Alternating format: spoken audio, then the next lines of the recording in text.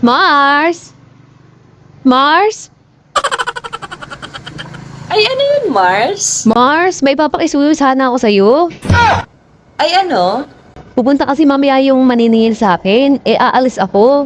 Sabi ko pumunta dito sa tindahan mo para bayaran yung utang ko. Baka pwede kabunuhan mo muna, Mars, kahit 3K lang.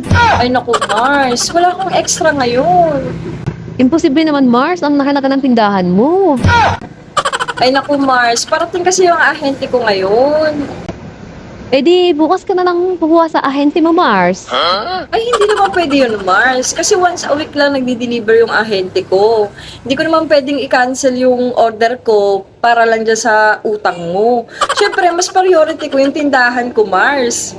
Ibabalik ko din naman, Mars, pagdating ko mamaya. Ay, naku, Mars. Eh, paano kung dumating yung ahente ko, tas wala ka pa? Eh, di ako yung nagka-problema. Ganun ba, Mars?